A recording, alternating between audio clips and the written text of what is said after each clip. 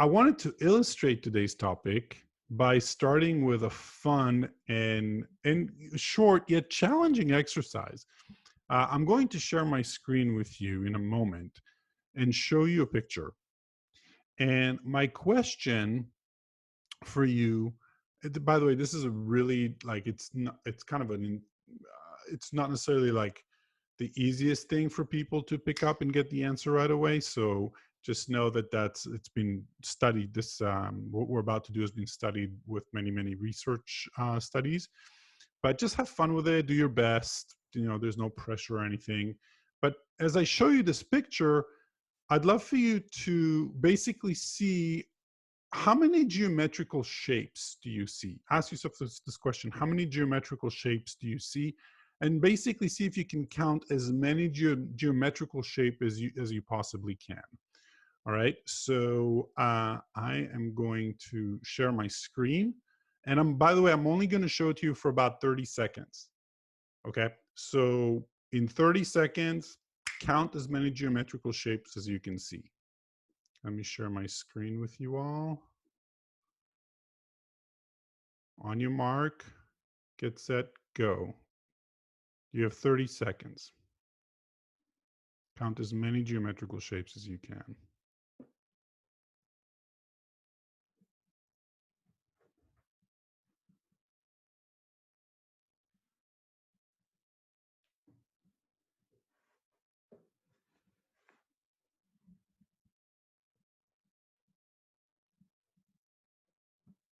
About 10 more seconds.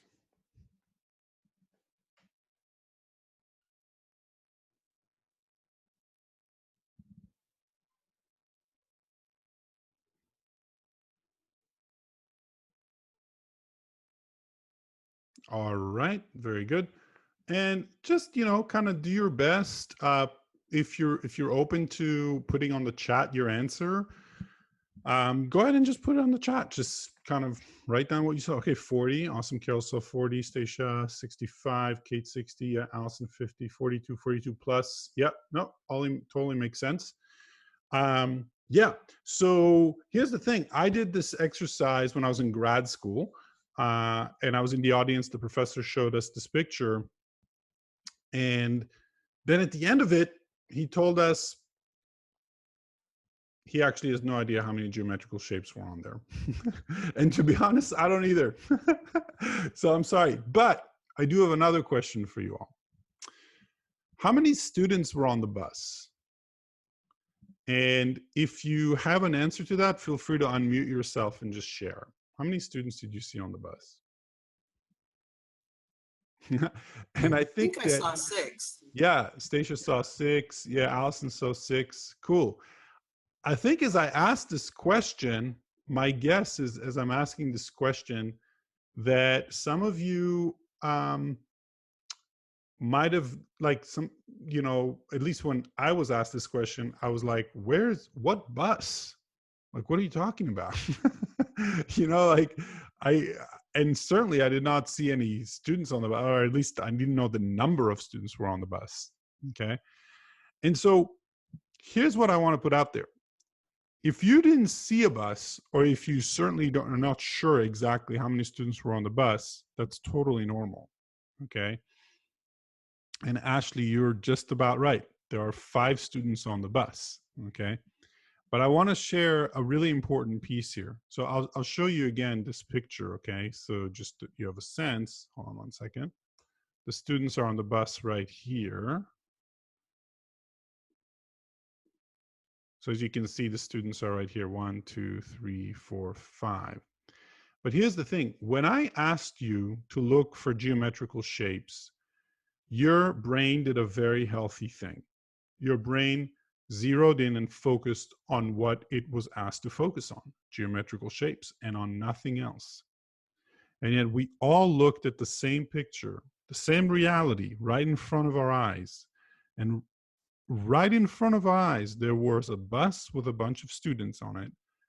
And because I asked you a very specific question, for some of you, and I think for most of you, as it is true for most people that I do this exercise with, and certainly my experience as a student doing that, was that we literally miss a whole chunk of information. We miss an entire reality. We miss the fact that these students are on the bus and that there's 5 of them.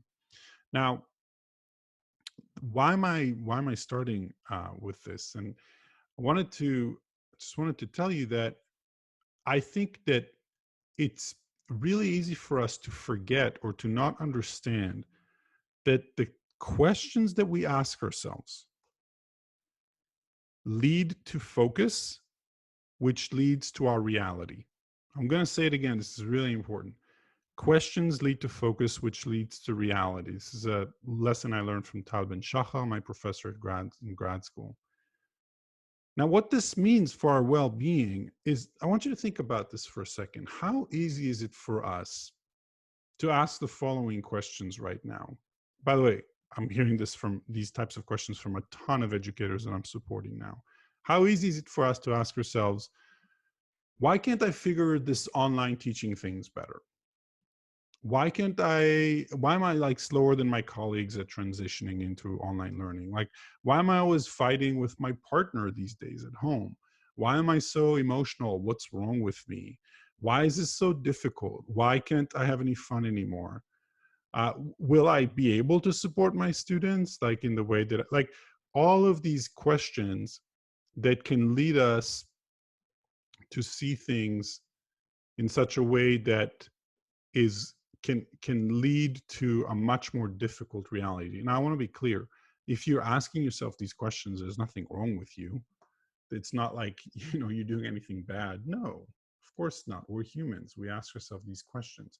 But it's important to note that when we ask ourselves these questions, it leads us to a focus and to a certain reality in which all the empowering reality like is completely lost. Because remember, the brain naturally looks for what's wrong. What's wrong is always available, right? It's designed to make us survive, and the brain can easily completely miss what is right. Yet what is right, again, is always available, and it's always there, just as the 5 kids were on the bus. So setting the intention to choose to drop disempowering questions and choosing to focus on empowering question is life-changing, because when you appreciate the good actually ends up appreciating in your life. Just another quote that I love from Tal Ben-Shahar. When you appreciate the good appreciates. When you focus on what's working in your life and what you have and what you're excited about, all of a sudden things start to happen to you. So I want to give you a quick example. The other day, I focused on the fact that I get to support more and more people online. And I love that. And I love that I can reach people all over the globe from my home office. The other day, I had someone from Nigeria contact me about a YouTube clip that I put up on. I'm like, what? Like, that's amazing to me, And so I took some time to really feel it, to relish in it. And then I asked myself, what can I do to support even more people right now? Like, because it feels so good. Like, how can I have more of that in my life?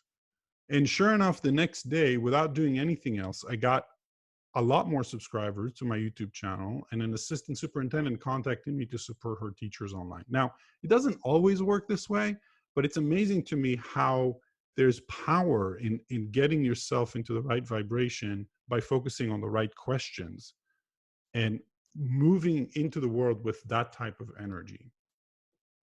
So how do we train our brain to ask empowering questions? To me, there are 2 components to it.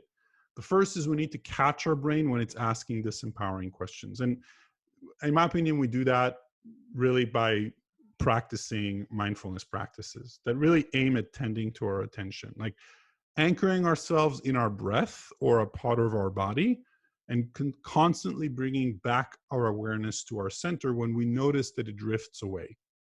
Like this, and by the way, doing it with gentleness and with patience and with kindness. That practice gives us the ability to catch our brain when we are off the cushion. And then the second piece is we form a new habit of starting off our day ending our day, perhaps even by journaling a bunch of empowering questions. Tarn led us through this beautiful webinar last week, right, about the power of journaling. And I just think that taking even 2 minutes to journal about empowering questions can set you in a completely different path throughout your day. So, what I want to do with our time, the rest of our time together, is I want to actually delve into a quick mindfulness exercise that's going to support us in being able to kind of tend to our attention a bit more, and hopefully actually then set the intention to be able to catch our thoughts today more in a very in a very intentional way. And then the second thing that I want to do is I want to provide you with some empowering questions that you can journal on. Then we'll get into small groups, share a bit about our experience, and then come back. So if you're open to it, I'd love for you to get into a mindful body position, and your back is straight. You're ideally, like, see if you can, like, the key with mindful body position is that we are in a position that allows us to be alert but not stiff. Like, we don't want to hurt ourselves, we don't want it to feel uncomfortable. That's not the point of it, right? We want to be calm yet alert. And so go ahead and make sure that your back is straight, get enough support, all the support that you need. If you need to lean back on a wall, or if you um, are comfortable in your chair, that's great.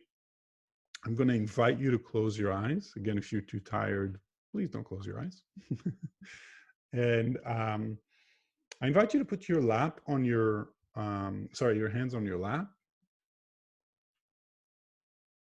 And just go ahead and begin to notice how air naturally flows into your nose.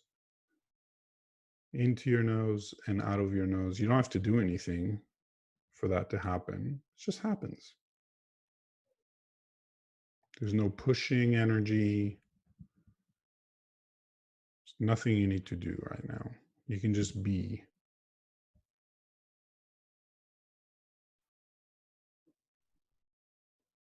We all deserve some moments of just being, not doing anymore, just being. We're a human being, not human doing. So let's give ourselves that permission to just be, just for a moment. And as you notice your breath going in and out of your nostrils, you are going to most likely experience some thoughts in the next 3 or 4 minutes that we're in this. The invitation I have for you is that as soon as you're no longer sensing your breath going in and out of your nose, you're noticing, for example, oh, now I'm thinking about lunch, or I'm thinking about how to support my students, or I'm thinking about this backache that I have, or I'm thinking about something else. As soon as you notice that you're thinking about something, congratulate yourself, because that's a mindful moment. And then very gently, kindly, and patiently allow yourself to come back to your anchor, which in this case is your breath. And so we're only going to do that for about 3 or 4 minutes.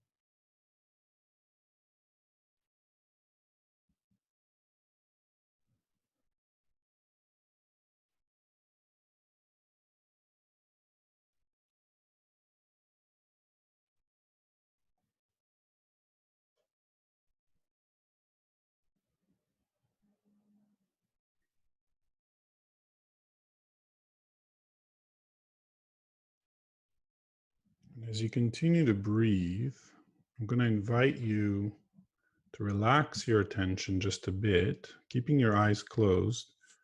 I'm going to invite you to set an intention today that, as much as possible, while not needing to be perfect, as much as possible, you're going to notice your thought patterns, specifically noticing when you're experiencing disempowering thoughts. And when you do, you're going to make the choice to simply drop them on the spot right there. Disempowering thoughts never help us.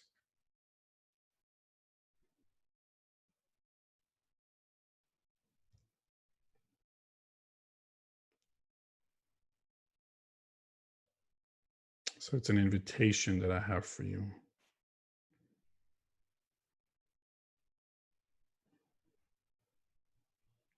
And of course, you're not going to beat yourself up if you are not noticing those thoughts. And just as soon as you do, gently, compassionately drop those thoughts throughout the day, moment to moment. Go ahead and take 3 deep breaths at your own pace.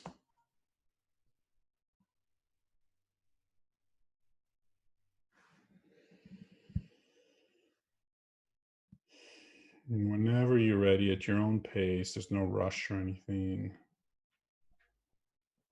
You may slowly open your eyes.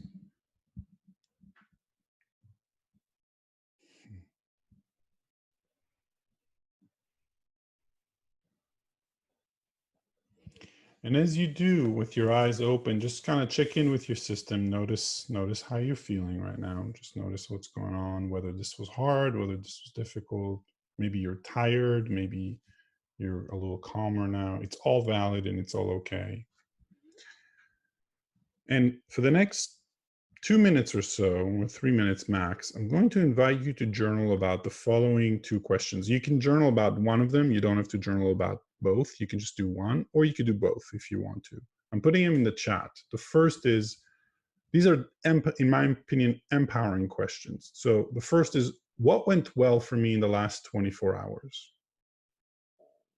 And as a part of that, why did it happen? And how can I have more of it in my life? That's all kind of lumped in one question. The second question is, what am I proud of about in my life right now? What about that makes me feel proud? And how does this make me feel? Not just proud, but what's underneath that, the pride.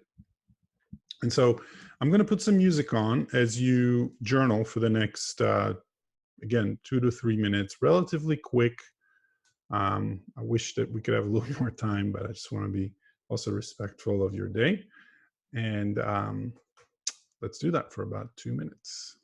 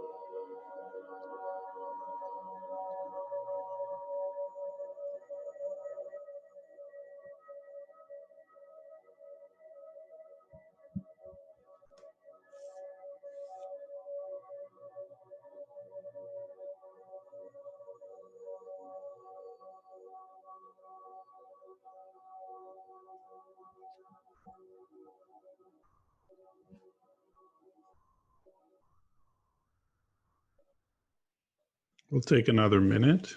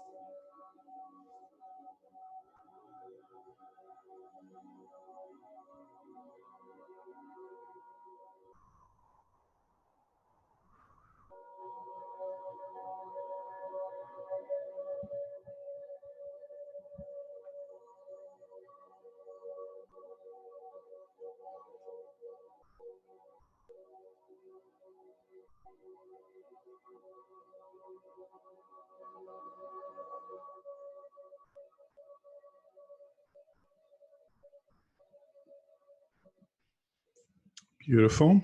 Very good.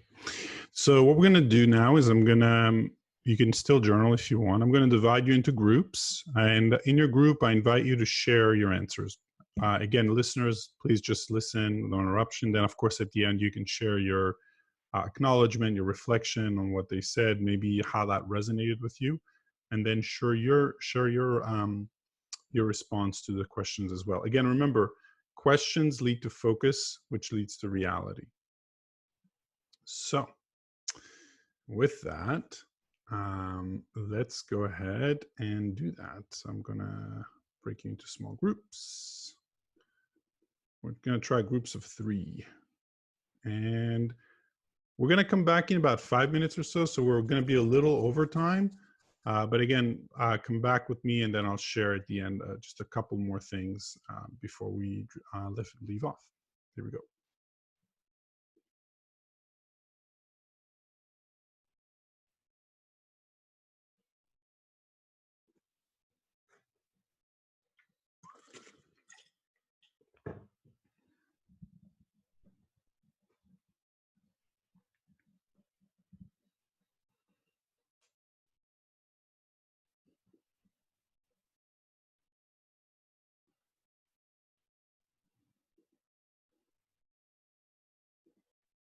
Somebody. Oh, I can't see you. I can't hear you. Hey, Delia. Yeah, my hey, camera doesn't work. It's an old computer. It doesn't have.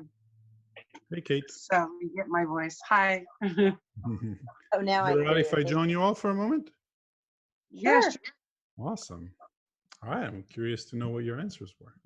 You go first, Delilah. Roni, can you help prompt me for a second? Yeah, sure. So the first question was, what went well for you in the last 24 hours?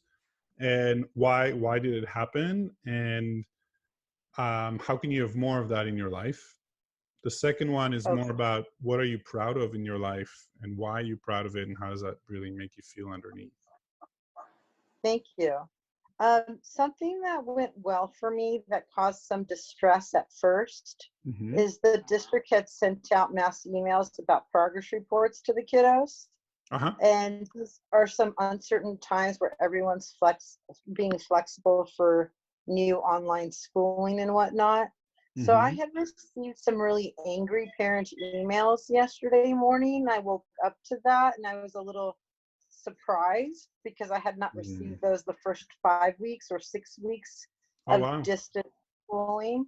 Wow. And so what went well is that I figured out how to achieve balance by doing something as simple as keeping 3 browsers open, Google Classwork open, grading portal open, and the parent email portal open. And I Mm. know it seems like really silly and simple, but it was like an aha, like, oh, I can balance that, address their concerns, update the district portal immediately as they relay their email concern, and Mhm. then let it be with the universe if Yeah. it's acceptable to them or not.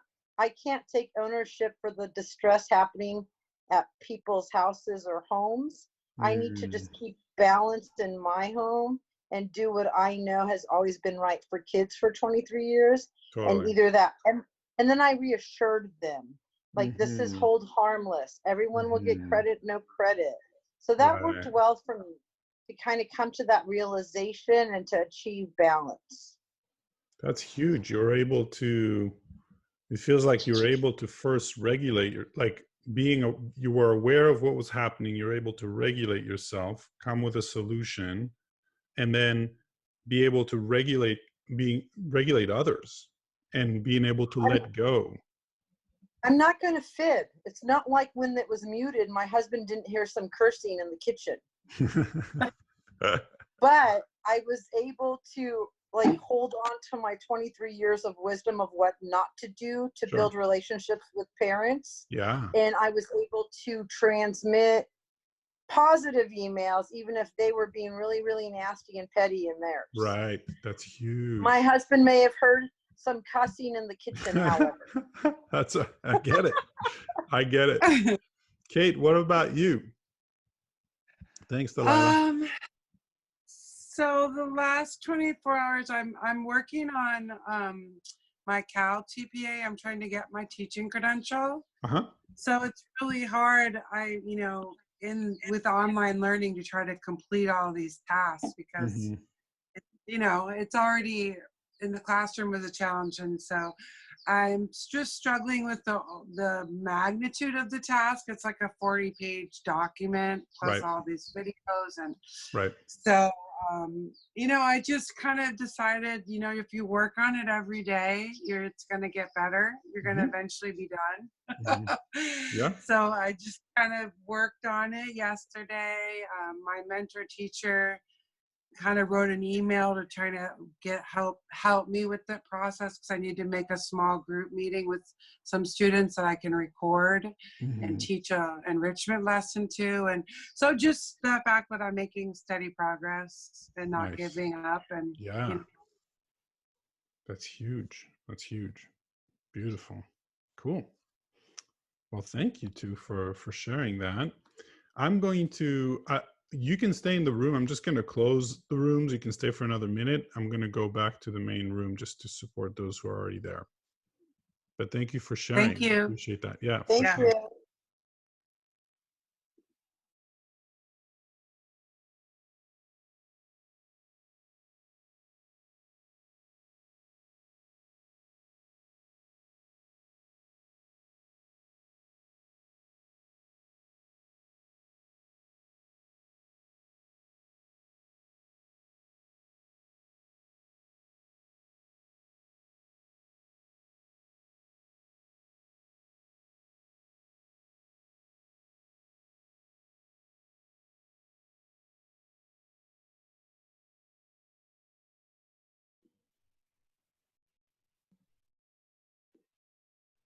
Hey, Stacia. Good to see you.